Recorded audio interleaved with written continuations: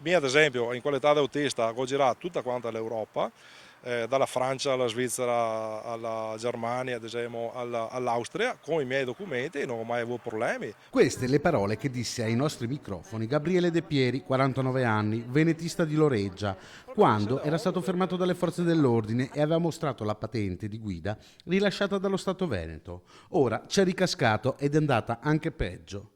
Ieri, lungo la Postumia, a Bolzano Vicentino, non si è fermato là dei carabinieri scappando dai militari che l'hanno inseguito fino al casello autostradale di Vicenza Nord. Qui ha presentato i documenti che già 4 anni fa gli avevano procurato parecchi guai, la patente e la carta d'identità emesse dall'autoproclamato Stato Veneto. Improvvisamente però ha cercato nuovamente di fuggire innestando la retromarcia travolgendo un carabiniere che è rimasto ferito. Gli altri carabinieri a questo punto sono riusciti a bloccarlo e ad arrestarlo per resistenza pubblica ufficiale, lesioni e rifiuto di dare le generalità. Ora è stato scarcerato in attesa di giudizio e sottoposto alla misura dell'obbligo di firma.